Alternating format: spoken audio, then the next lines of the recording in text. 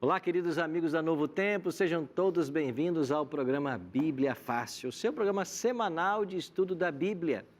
Nós estamos aqui num cenário cenográfico, tentando representar um pouquinho do que era o santuário lá no deserto, quando Moisés construiu, justamente para aprender as lições a respeito do santuário.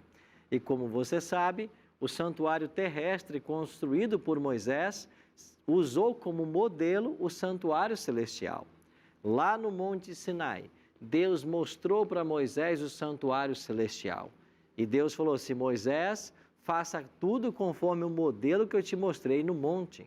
Quer dizer que o santuário terrestre foi uma cópia ou uma tentativa de copiar algo do que existe no céu. No tema de hoje, nós vamos aprender que o diabo odeia o santuário. E ele faz vários ataques ao santuário. Por isso, pegue sua Bíblia e se junte a nós nesse grupo de estudo. Você hoje talvez vai se surpreender com verdades que nós iremos revelar aqui. Verdades que talvez você não conheça. E eu quero já preparar o seu coração e dizer para você uma coisa. Quando abrimos a Bíblia aqui para ensinar as verdades que ela tem, pode ser que uma verdade ou outra choque você, não agrade você. Mas a intenção nossa não é mexer com sentimentos, falar dessa ou daquela igreja, deste ou daquele credo, mas a nossa intenção é que a palavra de Deus resplandeça pura e cristalina e que nós, conhecendo a palavra, tenhamos condições de tomar uma decisão. Por falar em conhecer mais sobre o santuário, eu tenho esse presente para você aqui, ó. Santuário, o Caminho de Deus. Esse é um DVD que nós gravamos lá em Israel. Os mesmos temas que eu estudo aqui no Bíblia Fácil estão nesse DVD e ele pode ser um presente para você, basta você pedir. Você pode mandar uma mensagem para o nosso WhatsApp, que é 12981001425. Você pode acessar o nosso site agora e solicitar pelo site novotempo.com/Bíblia Fácil, ou você pode ligar para nós em horário comercial. O nosso telefone 12 21 27 3121. E obrigado a você que é anjo da esperança, porque graças às suas ofertas, às suas doações, nós podemos mandar estudos como este sem cobrar um único centavo. Peça já o seu. Num prazo de no máximo 30 dias, o correio vai entregar em sua casa, para qualquer lugar do Brasil. E você vai conhecer um pouquinho mais a respeito desses importantes ensinamentos envolvendo o santuário. Quero convidar vocês a tomar as Bíblias. Os nossos convidados já estão aqui com as Bíblias nas mãos para começarmos o estudo de hoje. Nosso 12º tema, um ataque ao santuário. Vamos entender hoje a seguinte verdade. O santuário celestial é o divino centro da operação na luta entre o bem e o mal. Por ser morada de Deus e o centro de seu governo, Satanás sempre atacou o santuário, às vezes ele próprio e outras vezes através de seus agentes. Então o diabo sempre atacou o santuário. E por que o diabo odeia o santuário, a doutrina do santuário e as verdades relacionadas com o santuário? Porque um dia ele morou lá. Estão lembrados que ele foi um querubim cobridor, que ele estava na presença de Deus? Mas por causa do seu pecado, ele foi expulso do santo monte de Deus? Então é por isso que o diabo odeia o santuário. E nós vamos ver hoje como que ele ataca o santuário. Às vezes ele mesmo, ou às vezes usando os seus agentes. Para começar o estudo da Bíblia, nós vamos fazer uma oração, porque a gente não gosta de abrir esse livro sem antes pedir a bênção de Deus. Então, se você puder, feche seus olhos e ore comigo agora. Pai de amor, obrigado por estarmos reunidos mais uma vez para estudarmos a Tua Palavra. Que o Teu bom e Santo Espírito nos acompanhe em todos os momentos e que nós possamos entender a Tua voz a nos falar. Oramos em nome de Jesus. Amém. Ao começarmos o estudo de hoje e ao falarmos a respeito dos ataques ao santuário, eu queria me dirigir a você que nos assiste aqui no Bíblia Fácil. E eu vou reprisar, ou falar novamente o que eu acabei de falar em instantes. Hoje, certas verdades serão pregadas aqui, ensinadas aqui, vindas da palavra de Deus. E pode ser que essas verdades não estejam em acordo com o credo que você tem. Mas eu espero que você, ao conhecer essas verdades, você possa pedir a iluminação do Espírito Santo para avaliar, para estudar mais esse livro, para aprofundar seus conhecimentos, para que você possa tomar uma decisão. E lembre-se sempre da palavra do Cristo. Conhecereis a verdade e a verdade vos libertará. É o conhecimento da palavra, da verdade de Deus, que pode trazer libertação para nós. Eu queria convidar você para abrir a sua Bíblia na segunda carta de Paulo aos Tessalonicenses. E esse será o capítulo base para o nosso estudo de hoje. Segunda carta de Paulo aos Tessalonicenses. Está aí na página 799.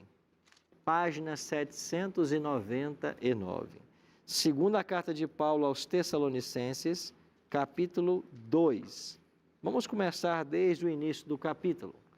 Na página 798, então. Segundo Tessalonicenses, capítulo 2, versos 1 em diante. Olha o que a Bíblia diz para nós. Irmãos, no que diz respeito à vinda do nosso Senhor Jesus Cristo e à nossa reunião com Ele, nós vos exortamos. Dá uma paradinha aí. Qual é o assunto que Paulo está tratando? A vinda do Senhor Jesus.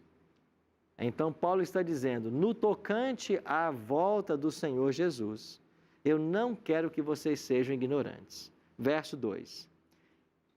E que não vos demovais da vossa mente com facilidade, nem vos perturbeis, porque por espírito, quer por palavra, quer por epístola, como que se procedesse de nós, supondo ter chegado o dia do Senhor. Verso 3. Ninguém de nenhum modo vos engane, porque isto não acontecerá, ou seja, Jesus não voltará, sem que primeiro seja revelado o homem da iniquidade, o filho da perdição. Antes que Jesus volte, disse Paulo, vai ser revelado o homem da iniquidade, o filho da perdição. Verso 4. O qual se opõe e se levanta contra tudo o que se chama Deus, ou é objeto de culto, a ponto de assentar-se no santuário de Deus, ostentando-se como que se fosse o próprio Deus. Então, o que Paulo está ensinando nessas linhas? Antes que Jesus volte, haverá um poder que vai tentar sentar no trono de Deus. Vai tentar ocupar o lugar de Deus no santuário. E vai tentar parecer ser o próprio Deus. Isso vai acontecer antes que Jesus volte. Mas aí eu pergunto, quem é que está tentando ocupar o lugar de Deus hoje na terra? Que poder está tentando usurpar o trono de Deus? Nós temos uma resposta, a Igreja Romana. Existem poderes na história que fazem parte da profecia. E a Igreja Romana está enquadrada dentro da profecia, tanto de Paulo quanto de João, em Apocalipse capítulo 13. E eu vou explicar a vocês por quê. Por que essa igreja está tentando usurpar o trono de Deus? Porque ela ensina coisas que são contrárias às verdades da Bíblia, tentando destituir Cristo da sua posição. Então, quando Paulo diz que esse poder ataca o santuário, é porque esse poder está tentando sentar no trono de Deus no santuário. E ao começar as considerações de hoje, a você, meu amigo católico, minha amiga católica, E nós temos amigos católicos aqui também no estúdio. Eu quero dizer para vocês de que o que a profecia revela e o papel histórico que a Igreja Romana desempenhou, principalmente na Idade Média, nada tem a ver com os católicos modernos. Dentro da Igreja Católica, existem milhares e milhares de pessoas sinceras que estão vivendo sua fé, que estão tentando seguir aquilo que eles conhecem da palavra. Pessoas honestas e leais. E eu repito, eu tenho parentes e amigos na Igreja Católica. E eu quero deixar bem claro para você, ao começarmos o programa de hoje, que placa de igreja não salva ninguém. Dentro de qualquer igreja, Deus tem pessoas fiéis e sinceras. Agora, uma coisa eu e você precisamos fazer: conhecer cada vez mais esse livro para saber que decisões tomar. Como que a Igreja Romana, no seu ensino, tem tentado usurpar o trono de Deus? Eu queria fazer uma comparação entre algumas doutrinas que a Igreja Romana ensina com aquilo que a Palavra de Deus ensina. Primeira delas, o sacrifício único e completo de Cristo passou a ser blasfemamente repetido através do sacrifício da missa. Então, olha o que diz o Catecismo da Igreja Católica na página 381. O Concílio de Trento definiu, pela consagração do pão e do vinho, operar-se a mudança de toda a substância do pão na substância do corpo de Cristo, nosso Senhor, e de toda a substância do vinho na substância de seu sangue. Essa mudança, a Igreja Católica denominou-a com acerto e exatidão transubstanciação.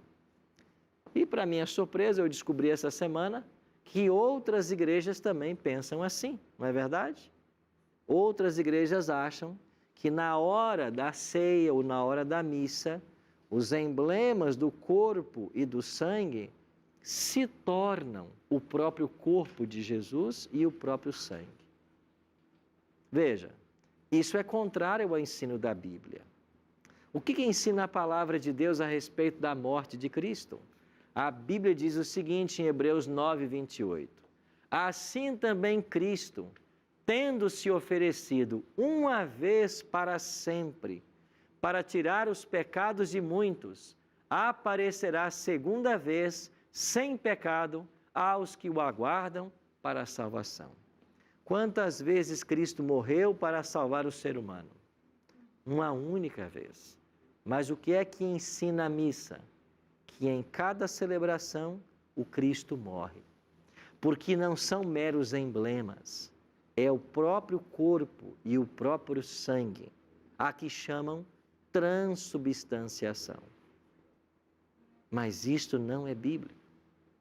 Porque se Cristo morre em cada missa, o seu sacrifício deixa de ser único.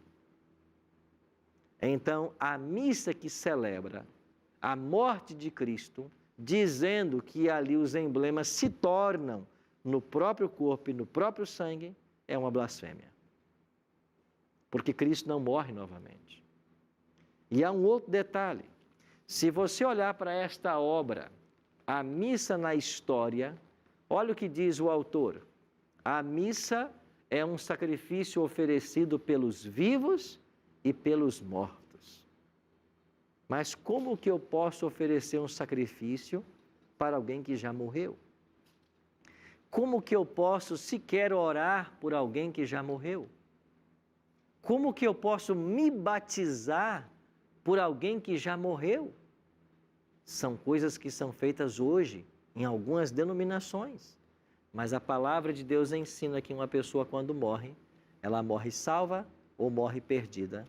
E esse estado não pode ser mudado. Ou seja, não adianta orar por quem já morreu, se batizar por quem já morreu, ou qualquer tipo de celebração tentando beneficiar quem já morreu. O que nós podemos fazer é lembrar das pessoas que nós amamos e se foram. Isso não há nenhum problema. E a gente lembra com saudade, a gente sente a falta, porque a gente ama. Agora, não há nenhum tipo de comunicação e nada que você possa fazer que a partir de agora beneficie a quem está morto. É por isso que isso acaba indo ao encontro daquilo que a palavra de Deus ensina. Samantha? Pastor, se nas igrejas católicas hoje, a Santa Ceia com a hoxa e o vinho não é feita da forma adequada, qual seria a forma adequada para se manter a tradição da Santa Ceia? A forma adequada é entender que aquele pão que a gente come sem fermento e o puro suco de uva que a gente bebe são símbolos. Eles simplesmente representam. Eles não se transformam no corpo e no sangue. A palavra transubstanciação ensina isso, que na hora que o sacerdote confere a bênção, deixa de ser o pão, vira o corpo, deixa de ser o vinho, vira o sangue, e o Cristo morre novamente. Então eles não viram, não existe transubstanciação na Bíblia. O que existe é um simbolismo. Nós comemos um pão que representa, nós tomamos um cálice de vinho, de puro suco da uva, que representa, que simboliza. Esse é o equilíbrio, é o que Jesus nos ensinou. Então, quando participamos de uma missa, nós estamos crendo que o Jesus morre novamente. E Paulo está dizendo que Jesus morreu uma única vez por todas. Segundo ponto, a intercessão única e exclusiva de Cristo no santuário celestial foi substituída pela mediação espúria da Virgem Maria, dos santos mortos e do clero romano. Como que a doutrina romana tenta usurpar o lugar de Cristo e ataca o santuário?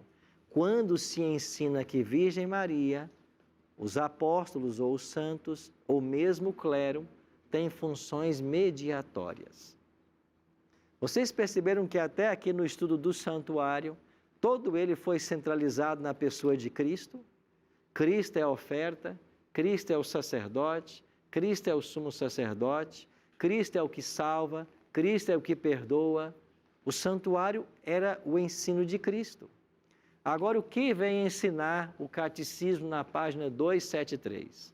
Finalmente, a Imaculada Virgem, preservada imune de toda a mancha da culpa original, terminado o curso da vida terrestre, foi assunta em corpo e alma à glória celeste. E para que mais plenamente estivesse conforme é seu Filho, Senhor dos senhores e vencedor do pecado e da morte, foi exaltada pelo Senhor como Rainha do Universo. A Assunção da Virgem Maria é uma participação singular na ressurreição de seu Filho e uma antecipação da ressurreição dos outros cristãos. Quando o Catecismo ensina que Virgem Maria ressuscitou e foi assunto aos céus, em corpo e alma, ela está se baseando simplesmente na tradição e nenhum verso da Bíblia. O que a palavra ensina? Quem morreu está morto, aguardando o quê? A volta do Senhor Jesus. E ela não tem funções mediatórias. Ela não pode ajudar as pessoas que estão aqui. Pode ser que esse ensino choque o que você pensou até hoje, mas eu queria que o seu coração e a sua mente se abrissem ao que esse livro está dizendo. E olha o que esse livro ensina a respeito de quem pode interceder por nós. Paulo disse a Timóteo: porquanto há um só Deus e um só mediador entre Deus e os homens. Quem é esse mediador? Cristo Jesus, homem. Nós cremos na salvação do apóstolo Paulo, Pedro, João, Tiago. Eu creio sinceramente na salvação deles. E aonde estão esses homens de Deus? Sepultados no pó, aguardando a ressurreição. Eu creio na piedade e na salvação de Maria, a mãe de Cristo. Mas aonde está Maria segundo a Bíblia? No pó da terra, esperando a volta de seu filho, quando então ela vai receber a coroa da vida eterna. E eles não podem interceder por nós. Sim. Existe o motivo é porque eles estão querendo tomar o trono de Deus, mas existe algum contexto histórico para a criação dos santos? E eu também, uma coisa que eu observo também, fora da Igreja Católica, é que existe muitos pastores que se autossacerdotizam e as pessoas tiram a responsabilidade de si e colocam nele. Vamos ligar para o fulano, porque o fulano vai orar e vai te curar. Vamos ligar para o fulano, porque o fulano tem a unção de Deus. Vamos ligar para o fulano, porque o fulano é abençoado. Mas aí eu acho que a pessoa não consegue perceber que ela tem esse poder de oração, de intercessão, e ela não conhecendo isso, ela entrega isso para outra pessoa. E aí, isso aí faz com que pessoas normais sejam glorificadas, sendo que é uma pessoa como nós. Qualquer ser humano tem acesso direto a Deus. Essa é a grande verdade da Bíblia, denominada o sacerdócio universal de todos os crentes. O que é a doutrina bíblica do sacerdócio universal de todos os crentes? Eu e você somos sacerdotes. Paulo diz isso, né? Vós sois geração eleita, nação santa, povo adquirido como propriedade exclusiva de Deus. Vós sois sacerdócio real. Pedro diz isso. Então, nós somos sacerdotes. Nós temos acesso direto ao Pai. Nós não precisamos de um mediador. Então, historicamente, quando se coloca os santos como mediadores, é justamente para atacar a Bíblia e o papel de Cristo como o único mediador. Olha um outro detalhe. A igreja, então, começou a ensinar de que nós devemos confessar nosso pecado ao sacerdote e que ele teria poder de perdoar o pecado. Olha o que diz aqui o livro de Deuteronômio, capítulo 18, 10 a 12. Não se achará em ti quem faça passar pelo fogo seu filho ou sua filha, nem adivinhador, nem prognosticador, nem agoreiro, nem feiticeiro, nem encantador, nem necromante, nem mágico, nem quem consulte os mortos, pois todo aquele que tal coisa faz tal coisa é o quê? Abominação ao Senhor. Então, se eu tento consultar Pedro, Paulo, Maria, quem quer que seja, isso é abominação ao Senhor. Se eu tento me comunicar, me relacionar, se eu tento conversar com quem já morreu, como acontece hoje dentro do Espiritismo, isso é abominação ao Senhor. A pessoa que está morta não pode se comunicar. Mas, pastor, há comunicação. Então, quem é que comunica-se? Os demônios. Eles se comunicam. Eles podem se passar por pessoas que já morreram. Agora, se a palavra de Deus diz que quem está morto está num estado de inconsciência, qualquer contato que eu tenha com alguém que já morreu, não é com a pessoa de fato, mas são espíritos enganadores que nós temos aí, tentando fazer a obra de destruir as pessoas. Sim, minha amiga? Quando Jesus disse a Pedro, sobre ti edificarei a minha igreja. E quando ele deu aos discípulos, como Deus me enviou, eu envio a vocês. Ide ao mundo e evangelizai. Como Deus deu a Jesus todo o poder. Então, como Deus deu a Jesus esse poder, ele passou aos discípulos. E esses discípulos não vieram passando até hoje um poder. O santuário do céu não poderia estar aqui na terra com nossos sacerdotes, a quem confessaríamos nossos pecados, a quem a gente leva esse pecado e é dito a ele, não estaria aqui ainda? É uma possibilidade, mas o que a palavra ensina para nós? Você se lembra o que aconteceu no exato momento que Jesus morreu? O que aconteceu com o véu que separava o Santo do Santíssimo? Rasgou-se de alto a baixo. O que significou o rasgar do véu naquele exato momento da morte? Morreu o Cordeiro de Deus para quem todos os sacrifícios apontavam. O santuário perdeu o seu valor. Não adianta mais sacrificar animais, porque agora o verdadeiro Cordeiro de Deus foi imolado. O santuário terrestre cumpriu o seu papel. Ele apontou para Cristo até que ele veio. Quando veio Cristo, agora nós temos um sacerdote lá no céu, junto ao Pai. Então, tentar manter qualquer tipo de santuário na terra agora seria um erro, seria um equívoco, uma vez que nós hoje somos chamados a atenção para o santuário celestial, aonde Cristo ministra em nosso favor. E com relação ao poder, é verdade que Cristo deu poder e autoridade aos apóstolos. E como eles exerceram esse poder e essa autoridade? Pregando o evangelho e curando as pessoas e fazendo milagres. Você tem um Pedro e um Paulo que ressuscitaram pessoas. Agora, o poder dos apóstolos foi passado para alguém. Pedro tinha condições de ele passar para gerações futuras o poder que ele recebeu de Cristo? Não. Ele podia passar a promessa, porque o poder sempre vem do alto.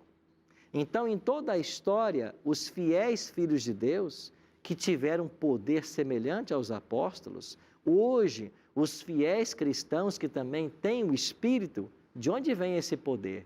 Da mesma fonte que Pedro recebeu, do céu. Agora, quando Jesus declara, tu és Pedro, e sobre esta pedra edificarei a minha igreja, o texto não quer dizer que seria sobre Pedro. Um estudo do original grego nos ajuda a entender. Jesus diz assim, tu és Petros, mas sobre esta pedra edificarei a minha igreja. E o próprio Pedro reconheceu que Jesus era a pedra angular, a pedra de esquina que foi rejeitada. E Paulo ensinou que Cristo é o fundamento da igreja. Então nunca foi Pedro. Tanto é que dali a pouquinho está Pedro negando a Jesus, porque era um homem falho. Mas a despeito das falhas, a quem Deus usou poderosamente. Nós temos outras doutrinas para serem avaliadas, mas vamos para o intervalo. E daqui a pouquinho você vai compreender outras coisas que são ensinadas que nós precisamos conhecer e entender à luz da Bíblia. Daqui a pouquinho a gente volta.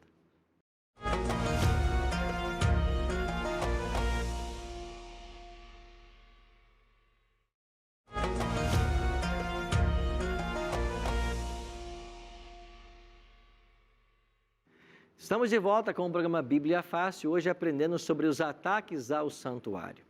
Vimos então a primeira doutrina que é ensinada por aí, vimos uma segunda, agora a terceira. Qual é a terceira? Se ensina hoje que a guarda do quarto mandamento da lei, a lei que estava guardada dentro da Arca do Santíssimo, foi substituída pela observância pagã do domingo. Olha o que ensina o Catecismo na página 568. Jesus ressuscitou dentre os mortos no primeiro dia da semana. Enquanto o primeiro dia, o dia da ressurreição de Cristo, lembra a primeira criação, enquanto o oitavo dia, que se segue ao sábado, significa a nova criação inaugurada com a ressurreição de Cristo. Para os cristãos, ele se tornou o primeiro de todos os dias, a primeira de todas as festas, o dia do Senhor. Olhando simplesmente para esse texto, você já percebe algum tipo de inconsistência, chamando o primeiro dia de oitavo. Não há um oitavo dia, são 7 dias. Quando termina o sétimo, volta-se ao primeiro. Mas ensina-se então um oitavo dia, que passa a ser o primeiro, em homenagem à ressurreição de Cristo, daí o domingo virou o dia santo. O que é que a palavra de Deus ensina para nós? Totalmente diferente. A carta apostólica Dia do Senhor, escrita por João Paulo II, na página 20, diz assim, passagem do sábado para o domingo. João Paulo II escreveu, por esta dependência essencial que o terceiro mandamento tem da memória das obras salvíficas de Deus, terceiro mandamento, mas o sábado não é o quarto, é porque no catecismo o segundo já foi tirado. O segundo que proíbe adorar imagens de escultura. Aí o quarto virou o terceiro no catecismo. Então João Paulo II está dizendo, o terceiro mandamento, que é o sábado, lembra as obras salvíficas de Deus. E ele continua, os cristãos, apercebendo-se da originalidade do tempo novo e definitivo, inaugurado por Cristo, assumiram como festivo o primeiro dia depois do sábado, porque nele se deu a ressurreição do Senhor. Os cristãos assumiram como festivo, e com o passar dos séculos, cada concílio eclesiástico, o sábado ia sendo deixado de lado e o domingo ia ganhando importância. Até que finalmente no 4º século, o imperador Constantino baixou um decreto dominical, tentando unificar a igreja cristã ao paganismo, e eles começaram a adorar no domingo. E a igreja romana trouxe esse decreto de Constantino para dentro do concílio, e eles passaram a cada vez mais respeitar o domingo, até que finalmente virou o dia santo. Então, qual é o dia santo? Qual é o dia da família? Apregoado hoje pelo Papa, é o domingo. Mas você não tem um único texto na Bíblia para ensinar isso. É com base na tradição. E deixa eu falar com você que é cristão, você que é pentecostal, neopentecostal, ou talvez pertence a uma igreja cristã tradicional, você também acha que o dia do Senhor é o domingo? O seu principal dia de adoração também é o domingo? É o dia que você para as suas atividades para adorar o Senhor, é o domingo? Sabe o que você está fazendo? Copiando o catolicismo. Porque a Igreja Católica nunca negou que ela mudou o mandamento do sábado para o domingo. E se você quiser a prova disso, dá uma olhadinha numa tese doutoral que tem na internet, escrita pelo doutor Samuel Bacchiocchi, do sábado para o domingo, From Sabbath to Sunday. E sabe o que provou esse doutor, Samuel Bacchiocchi? Que foi a igreja romana que mudou o sábado para o domingo. Então, qualquer igreja nesse mundo que santifica o domingo está simplesmente nas pegadas de Roma. Então, não existe na Bíblia nenhum único verso ensinando que o domingo é dia santo, ou porque Jesus ressuscitou no domingo, ele teria que ser observado a partir de então. Os apóstolos não passaram a observar o domingo. O apóstolo Paulo, que se converteu 3 anos depois da morte de Cristo, continuou sempre guardando o sábado. Olha só a Bíblia para Atos 16:4, 17:2, 18:2. Olha o que Paulo está fazendo. Paulo está guardando o sábado. Por quê? Porque a lei não pode ser mudada. Paulo disse que a lei não muda. Mas hoje todo mundo acha que o dia santo é o domingo. E o sábado? Completamente esquecido. Mas quando nós vamos para a Bíblia, olha o que diz Lucas 23, 54 a 56. Era o dia da preparação e começava o sábado. Como a Bíblia chama a sexta-feira? Dia da preparação. Por quê? Porque os cristãos se preparavam para receber o sábado. Era o dia da preparação e começava o sábado. As mulheres que tinham vindo da Galiléia com Jesus, seguindo, viram o túmulo e como o corpo fora ali depositado. Então se retiraram para preparar aromas e bálsamos e no sábado descansaram. Segundo o quê? O mandamento. Então você percebe que existe ao longo da história um ataque ao santuário, a posição de Cristo no santuário, as verdades derivadas do santuário. Um quarto tema, a noção bíblica da mortalidade da alma foi suplantada pela teoria pagã da imortalidade da alma. Olha o que ensina o Catecismo na página 105. A igreja ensina que cada alma espiritual é diretamente criada por Deus, não é produzida pelos pais. Ela é o quê? Imortal. Ela não perece quando da separação do corpo na morte e se unirá novamente ao corpo na ressurreição final. Então aqui vem o conceito de alma que se separa do corpo. Mas esse ensino tem o seu fundamento na filosofia platônica, no dualismo de Platão. E nós vimos aqui já semana passada de que nós não temos uma alma, nós somos uma alma. E a palavra de Deus ensina em Ezequiel 18:20, a alma que pecar, essa morrerá. Então eu tenho que fazer uma escolha.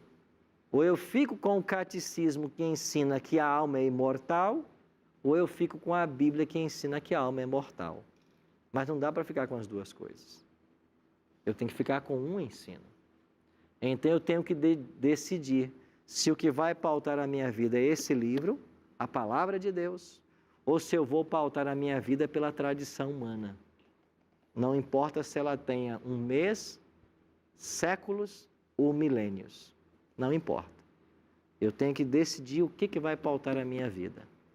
E se eu fizer a escolha pela palavra de Deus, a recompensa será a vida eterna. Mas se eu fizer a escolha pela tradição do homem, eu não estarei cumprindo a vontade de Deus. E não há possibilidade de salvação. É por isso que Jesus falou assim para os judeus dos seus dias: vocês invalidam a palavra de Deus com as vossas tradições. Vocês criaram um monte de tradições que invalidam a palavra de Deus. Quinta doutrina ensinada por aí. A gloriosa esperança na segunda vinda de Cristo deu lugar à teoria pagã da recompensa logo após a morte. Olha o que diz o Catecismo na página 281. A alma na morte vai ao encontro de Cristo e o corpo cai na corrupção. Ou seja, quando uma pessoa morre, para onde vai a alma? Ao encontro de Cristo. Dualismo mais uma vez. Mas a palavra de Deus ensina o quê? Eis que venho sem demora, e comigo está o galardão que tenho para retribuir a cada um segundo as suas obras. Quando é que o galardão vai ser dado? Quando Jesus voltar. E quando é que o catecismo ensina que a pessoa recebe a recompensa dela? Vai ao encontro de Cristo, assim que ela morre.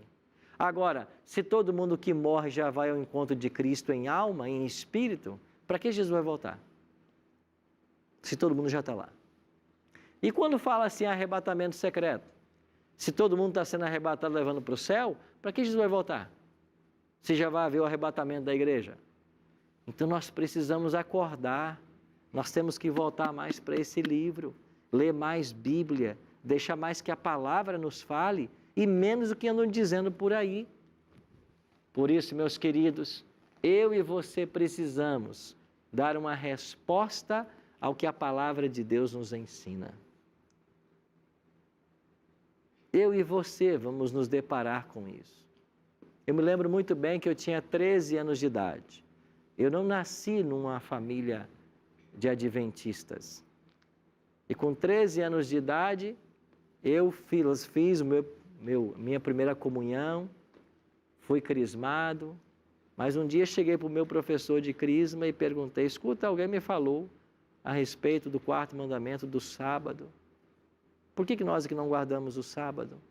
O professor disse: a gente segue a tradição, mas a Bíblia ensina de fato é o sábado. Então, se você quiser seguir a Bíblia, você tem que guardar o sábado. Ele me disse isso. Foi sincero. Eu disse: mas por que ainda nós não guardamos o sábado? Porque a gente segue a tradição. E eu com 13 anos tomei minha decisão, então eu vou passar a guardar o sábado. E quando você escolhe fazer a vontade de Deus, não pense que as coisas serão fáceis. Eu já trabalhava com 13 anos, tinha já meu emprego, minha profissão. Era lanterneiro, recuperava carros em oficina. E eu disse para o meu patrão: olha, a partir de hoje eu não venho mais aqui no sábado. Ele disse: se você não vier mais de sábado, você está despedido. Porque é o dia que mais eu trabalho aqui na oficina. Eu disse: então eu estou despedido, porque eu não venho mais. E eu fiquei 2 semanas desempregado. Depois de 2 semanas, alguém foi lá em casa me oferecer um trabalho. E o trabalho que me ofereceram pagava melhor do que eu ganhava na oficina. E com o sábado livre. Às vezes a experiência nossa vai ser essa. Você vai se colocar para fazer a vontade de Deus e logo, logo vão se resolver as coisas. No meu caso foi assim. Mas pode ser que você escolha fazer a vontade de Deus e seja um pouco mais provado. Pode ser que você perca não um emprego, mas 2, 3. Pode ser que você tenha dificuldades na faculdade por querer santificar o sábado. Pode ser que por querer viver as verdades que a palavra ensina, até a tua família não te compreenda e as pessoas te abandonem. Mas Jesus não falou que quem quer vir após mim tem que se negar a si mesmo, e aquele que não deixar pai e mãe por mim não é digno de mim? É isso mesmo. Seguir a Cristo, às vezes, significa romper certos laços que nós temos. Mas aí vem a grande questão do livre-arbítrio e da escolha. Eu e você temos que fazer uma escolha. O que você vai escolher? Que resposta você vai dar para Deus hoje? Nós vamos nos colocar nas mãos de Deus e crer no que a palavra está nos ensinando? Não se importar com as consequências, porque Deus vai cuidar de tudo? Não se importar com o que A ou B vai falar? O que nós vamos fazer? Nós vamos ter uma música agora, a Vanessa vai louvar a Deus mais uma vez. Enquanto ela cantar essa música, eu tenho um convite a fazer para você. Você quer, a partir de hoje, se colocar nas mãos de Deus, como estamos vendo ali, para que Deus cuide da sua vida, para que Deus te ajude, para que Deus te dê forças para cumprir o que você está aprendendo aqui no programa? Mais que isso, você quer tomar a decisão hoje de se entregar a Cristo e se preparar para ser batizado? Batizado quando, pastor? Você que vai dizer. O tempo é você que vai dizer quando você quer. Mas a decisão pode ser tomada hoje. Pastor, eu preciso ser batizado por quê? Porque talvez você conheceu um monte de verdades que você não conhecia, que você não estava praticando. E se você se propõe agora a praticar o que você está aprendendo e a buscar a graça de Cristo para ajudar você, como a gente tem aprendido aqui, a graça dele para nos ajudar, eu quero convidar você, enquanto a Vanessa cantar essa última música, que você fique de pé, enquanto ela cantar, e faça a sua entrega a Cristo. E ao ficar de pé, você vai estar declarando para Jesus, não é para ninguém, é para Jesus. Eu quero ser teu. E eu quero hoje tomar a decisão de me batizar na Igreja Adventista do Sétimo Dia, que ensina todas essas verdades. Se você me perguntar, pastor, por que você é adventista? Porque você é pastor? Não. Eu me tornei adventista com 13 anos. E sabe por que eu sou adventista até hoje?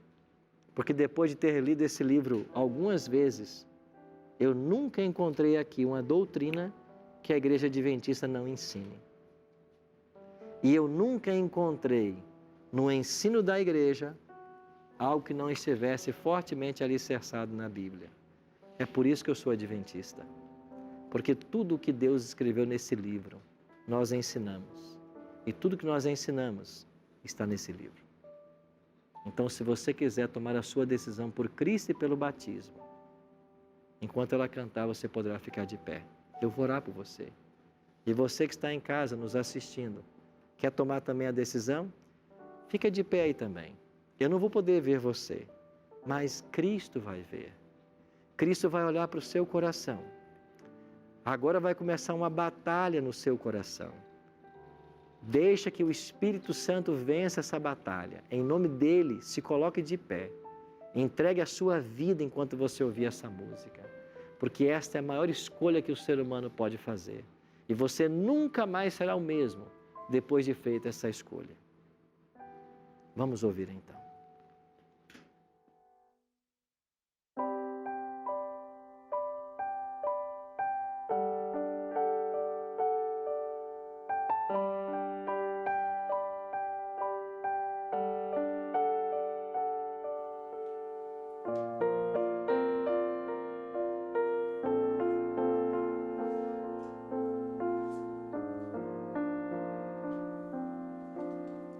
Você que se sente como eu neste momento, com medo de estar longe de Jesus,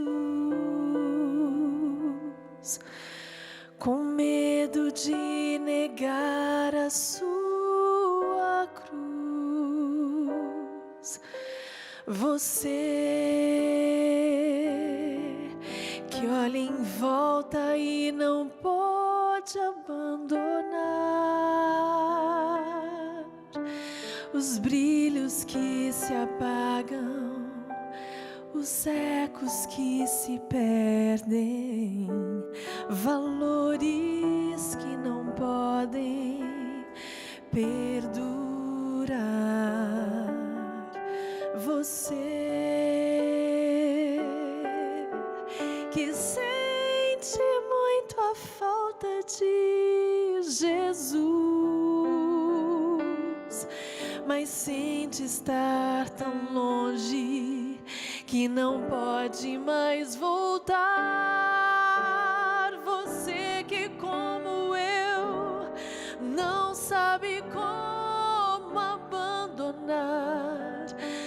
tudo aquilo que o afasta de Jesus, saiba que Jesus o aceita hoje como está. Vai até o infinito lhe buscar, da vida para que possa lhe salvar. Seu amor não mede altitude nem distância, ultrapassa os pecados e o alcança. Com ternura o convida a voltar. Jesus é a paz, é o amigo mais sincero. Com ele a vida sempre toma o rumo certo. Com ele as dores já não doem tanto assim. Jesus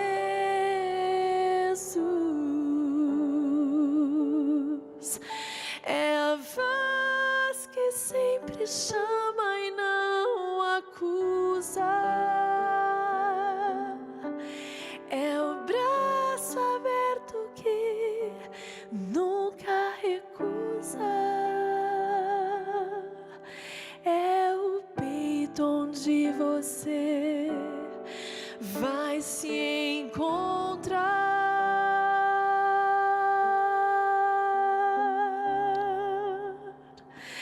Se encontrar.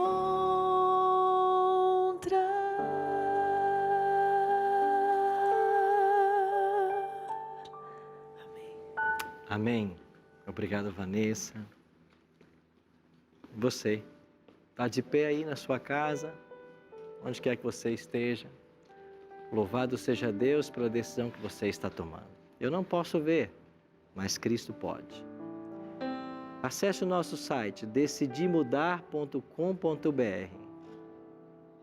Mande para nós a informação que você deseja se batizar e nós vamos auxiliar você nesse processo. Decidimudar.com.br. Nós vamos auxiliar você. Eu queria convidar vocês que ainda não tomaram essa decisão, que aqui estão no estúdio, tomar agora essa decisão. Que impede você de servir a Cristo e de se entregar a Ele pelo batismo? Mas, pastor, eu já fui batizado. Se você foi batizado por imersão e permanece leal a tudo que a igreja que você estava ensinou até aqui, você pode ser aceito na Igreja Adventista por profissão de fé, sem passar por um rebatismo, se você desejar.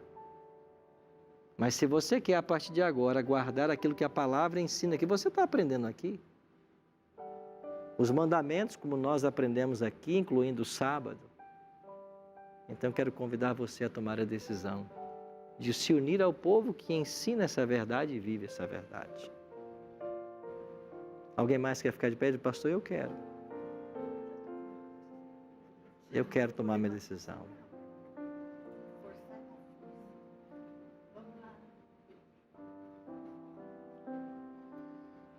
Você quer seguir a Jesus como a palavra ensina, como nós aprendemos?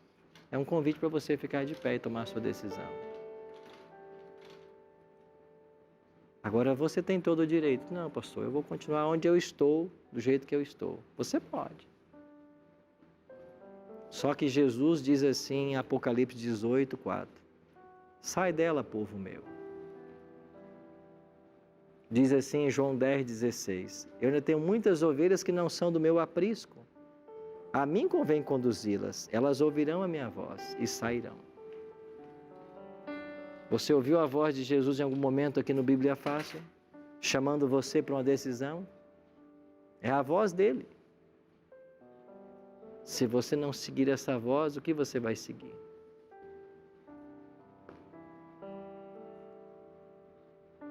Alguém mais quer ficar de pé e dizer, pastor, eu também quero. Eu quero passar a partir de agora a seguir essas verdades. Eu não conhecia essas verdades, mas agora eu quero. Alguém mais quer ficar de pé e se comprometer com Cristo, a guardar essas verdades, a viver esse Evangelho? E você que está em casa, fica de pé também. Nós temos uma surpresa para vocês. Eu queria convidar esse casal que viesse aqui à frente comigo. Pode vir aqui. Sabe por quê? Porque por cerca de 40 anos, eles estiveram buscando servir a Cristo. Mas não conheciam muita coisa do que vocês estão conhecendo aqui e que eles também não conheciam. 40 anos assistindo os cultos semanalmente na igreja. Mas a palavra não era ensinada como deve ser. Mas eles vieram aqui, não só para demonstrar a sua entrega a Cristo, mas agora também serão batizados. E nós vamos sair agora do estúdio e vamos até um tanque batismal, onde eles serão batizados. E você vai conhecer um pouquinho mais da história deles. E você vai acompanhar conosco aí de casa essa história. Como vai acontecer daqui para frente. Por isso, meus amigos, louvado seja Deus pelas decisões que tomamos ao lado de Cristo. Por abraçarmos essa verdade que liberta. E por crermos num Cristo que é todo-poderoso para nos salvar. Antes de sairmos para o batismo, eu queria fazer uma oração com todos vocês. Vamos orar. Pai querido, louvado e exaltado seja o teu santo nome, pelas decisões que estão sendo tomadas hoje. Aqui no estúdio, lá em nossas casas, as pessoas que nos assistem, suplicamos que o teu Espírito nos dirija a todos, que a tua bênção nos alcance a todos, e que naquele glorioso dia, quando o Senhor voltar a essa terra, todos nós estejamos prontos para te receber. Perdoe nossos pecados e salva-nos para o teu reino. Oramos em nome de Jesus. Amém. Querido irmão Luiz, conforme a sinceridade do seu coração, o desejo de andar nos caminhos de Deus, de seguir a sua palavra, de seguir Jesus e sua palavra, como ministro do Evangelho, neste momento, eu o batizo em nome do Pai, do Filho e do Espírito Santo. Amém. Amém. Fica ali do lado aqui.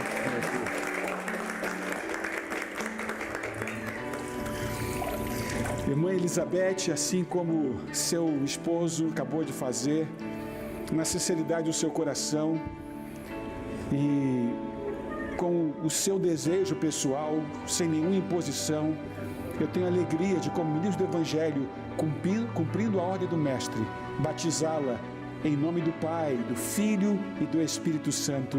Amém. Amém. Amém. Alegria. Eu quero dar essa esposa. Joás, você seguindo os passos, aí o caminho dos seus pais, na verdade seguindo os passos de Jesus e a sua palavra, tem também decidido seguir adiante, seguir à frente, fazendo a vontade de Deus. E por isso, com alegria, como ministro do Evangelho, neste momento eu batizo em nome do Pai, do Filho e do Espírito Santo. Amém. Amém. Amém.